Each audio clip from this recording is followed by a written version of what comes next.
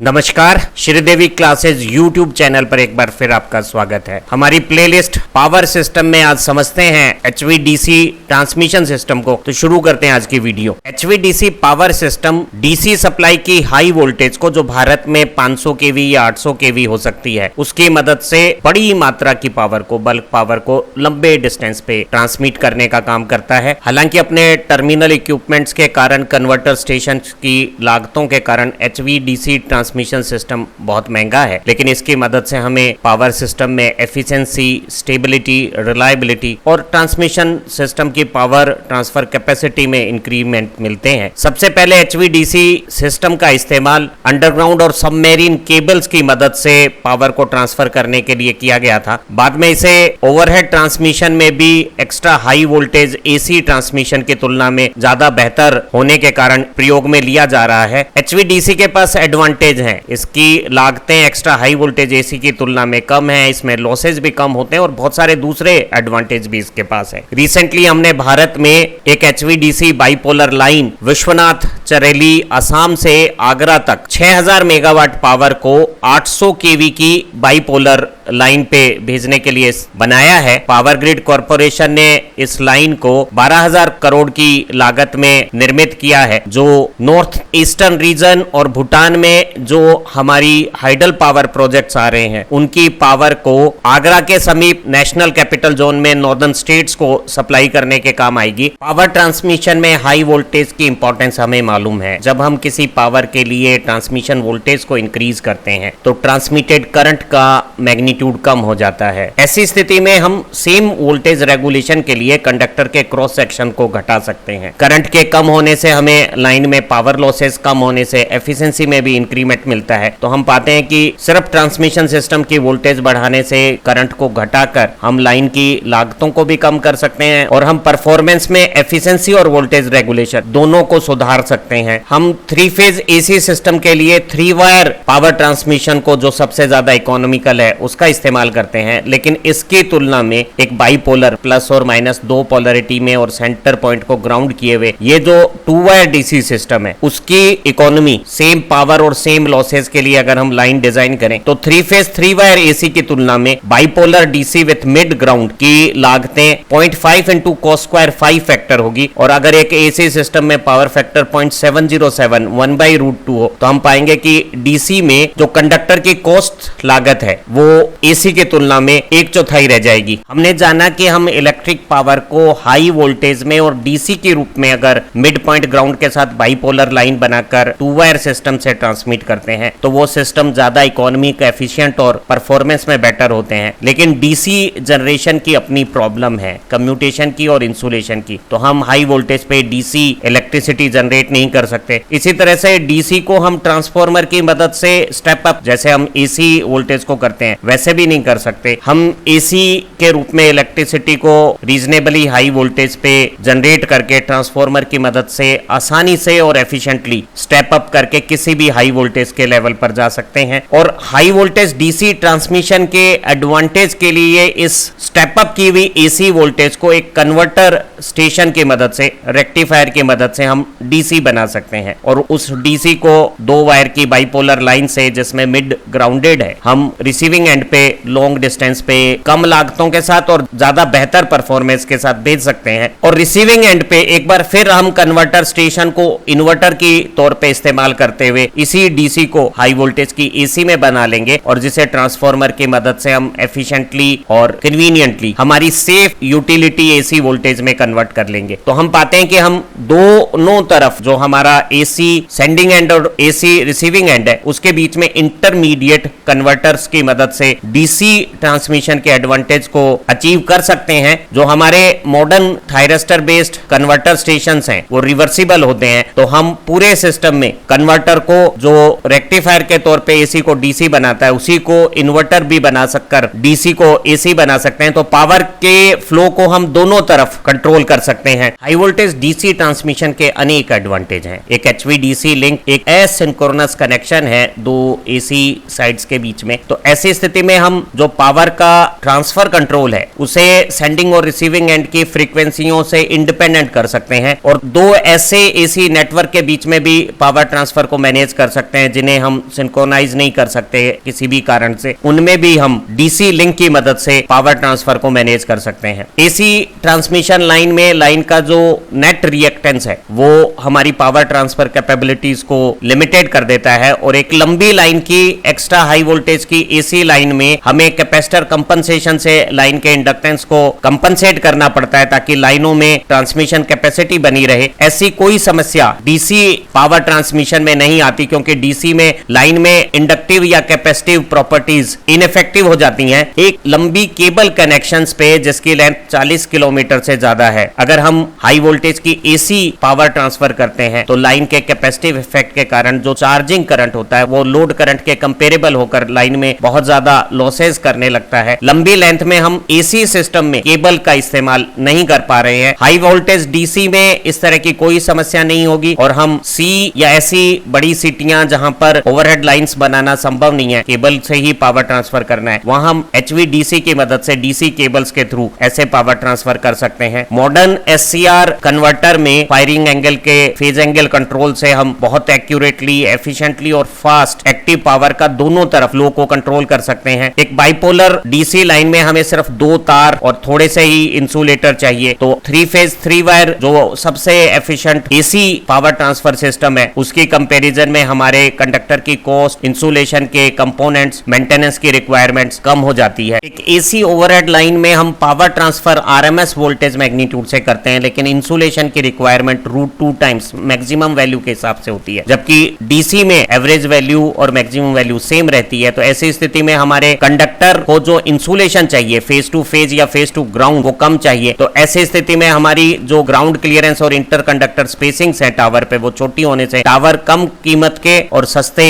होंगे HVDC system में। जब हम इंटरकनेक्टेड AC सिस्टम में काम करते हैं तो लाइन के इंडक्टिव रिएक्टेंस पैरेलल में आने से कम हो जाते हैं और हमारे शॉर्ट सर्किट करंट्स के लेवल्स बढ़ जाते हैं। लेकिन अगर हम दो AC नेटवर्क को DC लिंक से कनेक्ट करते हैं तो वो शॉर्ट सर्किट करंट के लेवल्स को इंक्रीज नहीं करता। हमारे कोरोना लॉस F+25 F जहां फ्रीक्वेंसी है उसके अनुसार होते हैं, तो DC में फ्रीक्वेंसी 0 होने पे DC में कोरोना लॉस भी कम होंगे और कोरोना लॉस से जो रेडियो इंटरफेरेंस पैदा होता है वो भी कम होगा। तो एक्स्ट्रा हाई वोल्टेज में कोरोना और रेडियो इंटरफेरेंस काफी बड़ी समस्या है। HVDC उन समस्याओं से कम प्रभावित होती है। हम बाइपोलर HVDC सिस्टम में अर्थ रिटर्न का इस्तेमाल करते हैं। अगर किसी एक पोल में कोई फॉल्ट आ जाती है तो हम दूसरे पोल को अर्थ रिटर्न के साथ इंडिपेंडेंट सर्किट के बतौर यूज कर सकते हैं। तो हमारे HVDC सिस्टम में डेफिनेटली ज्यादा इस तरह की फ्लेक्सिबिलिटी है कि हमारे सिस्टम में फॉल्ट की कंडीशंस में भी हम पावर फ्लो को मैनेज ज्यादा आसानी से कर सकते हैं। एक HVDC सिस्टम में इंडक्टर या कैपेसिटर इफेक्ट्स नहीं होते, तो वो ना तो रिएक्टिव पावर को जनरेट करता है ना अब्सॉर्ब करता है। तो रिएक्टिव पावर कंपनसेशन जो कि एक बड़ी भारी समस्या है extra high voltage AC system में, वैसी कोई समस्या HVDC में नहीं है। DC में स्किन इफेक्ट या प्रॉक्सिमिटी इफेक्ट भी कंडक्टर्स के बीच में नहीं होता, तो कंडक्टर का पूरा क्रॉस सेक्शन ज्यादा यूटिलाइज होता है। इफेक्टिव रेजिस्टेंस कम होने से लाइन में लॉसेस कम होते हैं, तो हमारी जो HVDC लाइंस हैं उनमें एफिशिएंसी भी ज्यादा होती है। कन्वर्टर में फेज कंट्रोल से हम HVDC पावर ट्रांसमिशन में जो पावर स्विंगेंस और ऑसिलेशंस आ सकते हैं उन्हें ज्यादा आसानी से डैम्प कर सकते हैं और हमारी AC ग्रिड की भी सिस्टम स्टेबिलिटी DC लिंक की मदद से इंक्रीज कर सकते हैं। HVDC पावर ट्रांसमिशन में कुछ सीरियस डिसएडवांटेज भी हैं जो हमें AC पावर ग्रिड से लिंक करने के लिए दोनों तरफ जो कन्वर्टर स्टेशन चाहिए वो बहुत ज्यादा महंगे होते हैं, बहुत जटिल सर्किटरी है उनकी और उनमें बहुत ज्यादा ओवरलोड कैपेसिटी भी नहीं होती, वो बहुत ज्यादा सेंसिटिव भी होते हैं। हम हमारे AC इंटरकनेक्टेड सिस्टम को मल्टी टर्मिनल इंटरकनेक्टेड बना सकते हैं, लेकिन HVDC में सर्किट ब्रेकिंग एक अपने आप में बहुत बड़ी समस्या है, इसलिए हम इंटरकनेक्टेड HVDC सिस्टम नहीं बना सकते, या बनाएंगे तो उसका जो कंट्रोल है वो बहुत ज्यादा कॉम्प्लेक्स हो जाएगा। जो हमारे कन्वर्टर सबस्टेशंस होते हैं उसमें स्विचिंग के दौरान करंट और वोल्टेज के हार्मोनिक्स पैदा होते हैं और वोल्टेज वेव आने से कुछ डिलेड फेज एंगल कंट्रोल से जब करंट आता है तो वो एक इंडक्टिव रिएक्टिव पावर कंज्यूम भी करते हैं। ऐसी स्थिति में हमें हार्मोनिक्स को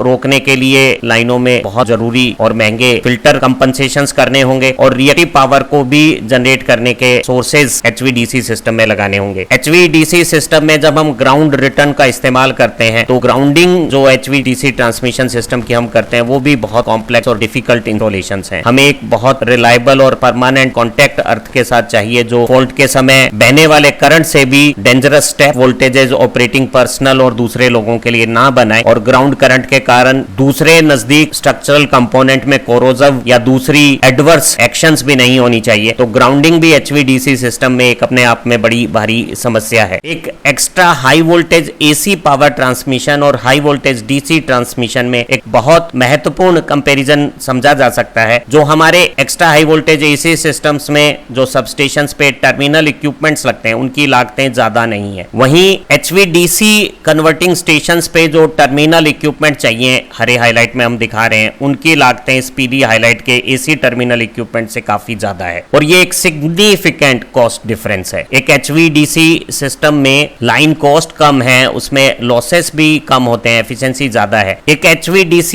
लाइन की कंडक्टर क्रॉस सेक्शन कम होने से, टावर की डायमेंशन छोटी होने से कॉस्ट कम आती है। तो ये जो शान हाईलाइट में हमने दिखाया वो एडिशनल कॉस्ट हो गई है एक HVDC सिस्टम में टर्मिनल इक्विपमेंट के साथ साथ लाइन के इरेक्शन की। और जब हम लाइन का इस्तेमाल करते हैं तो लाइन में लॉसेस भी HVDC सिस्टम में कम होते हैं। तो ये पीली हाईलाइट में अगर हम एडिशनल लॉस की कॉस्ट भी अगर काउंट करें तो जो हमारी टोटल HVDC सिस्टम की कॉस्ट है वो इस लाल रेखा से दिखाई गई है। एक HVDC सिस्टम में टर्मिनल इक्विपमेंट की कॉस्ट ज्यादा है लेकिन लाइन के इरेक्शन की कॉस्ट और लाइन में ऑपरेशन के दौरान लॉसेस की कॉस्ट उतनी ज्यादा नहीं है। तो इन कर्व्स का जो स्लोप है लाइन कंस्ट्रक्शन और लाइन लॉसेस का, उसका स्लोप कम है। तो ये जो लाल तीर की दिशा है उसमें हमारी टोटल HVDC सिस्टम की कॉस्ट आ रही है। अगर यही तुलना हम एक्स्ट्रा हाई वोल्टेज AC से, तो AC के टर्मिनल इक्विपमेंट की कॉस्ट कम है लेकिन लाइन में 2 की बजाय 3 तार हैं, क्रॉस सेक्शन भी बड़ा है, टावर की स्ट्रक्चर भी बड़ी है। तो ये जो एडिशनल हमारी लाइन इरेक्शन की कॉस्ट है उसका स्लोप ज्यादा है। और ऐसी लाइनों में जब हम AC के साथ ऑपरेट करते हैं, कोरोना स्किन और दूसरे इफेक्ट के कारण लाइन लॉसेस भी ज्यादा हैं। तो आप पाएंगे कि जो हमारी total extra high voltage AC line में कॉस्ट है वो इस नीले तीर की जैसे है और आप देखेंगे कि इस पॉइंट पे दोनों कॉस्ट बराबर हो गई हैं। अगर मेरी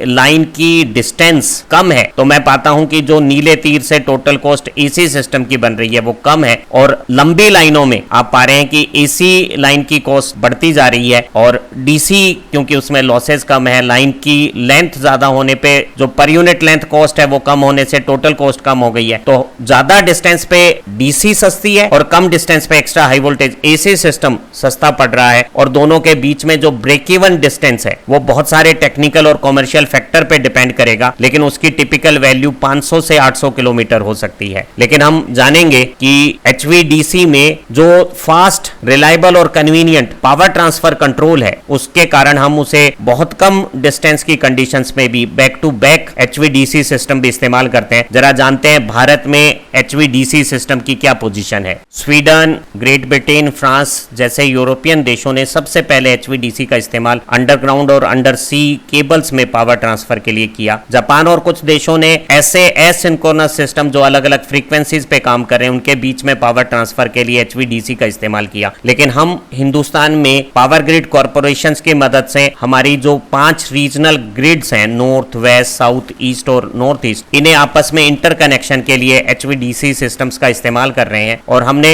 2 तरह के HVDC सिस्टम्स हमारे लिए डिजाइन किए हैं। एक को हम बोलते हैं back to back HVDC systems, जिसमें जो 2 स्टेशंस हैं वो एक ही प्रीमिसेस में बिना ज्यादा डिस्टेंस के हैं और हम कह सकते हैं कि जो DC लाइन है उसकी लेंथ बहुत छोटी है। और इसका जो मुख्य पर्पज है वो है कि ज्यादातर ऐसे बैक टू बैक स्टेशंस हैं वो 2 रीजनल ग्रिड्स की बाउंड्रीज पर बनाए गए हैं ताकि 2 ग्रिड के बीच में हम पावर एक्सचेंज को back to back HVDC system से मैनेज कर सकें। और जो हमारे 4 ऐसे operational back to back projects हैं हिंदुस्तान में, उसमें से एक विंध्याचल है जो वेस्टर्न और नदर्न ग्रिड को कनेक्ट करता है, एक चंद्रपुर है जो सदर्न और वेस्टर्न ग्रिड को इंटरकनेक्ट करता है, सासाराम सदर्न और ईस्टर्न ग्रिड को इंटरकनेक्ट कर रहा है, वहीं गजुवाका साउथ और वेस्ट ग्रिड को इंटरकनेक्ट कर रहा है। वर्तमान में हमारे 5 डिस्टेंस के साथ जो लॉन्ग डिस्टेंस पावर ट्रांसमिशन में इकोनॉमी और एफिशिएंसी का एडवांटेज एचवीडीसी का, उनका भी हम बाइपोलर लिंक्स की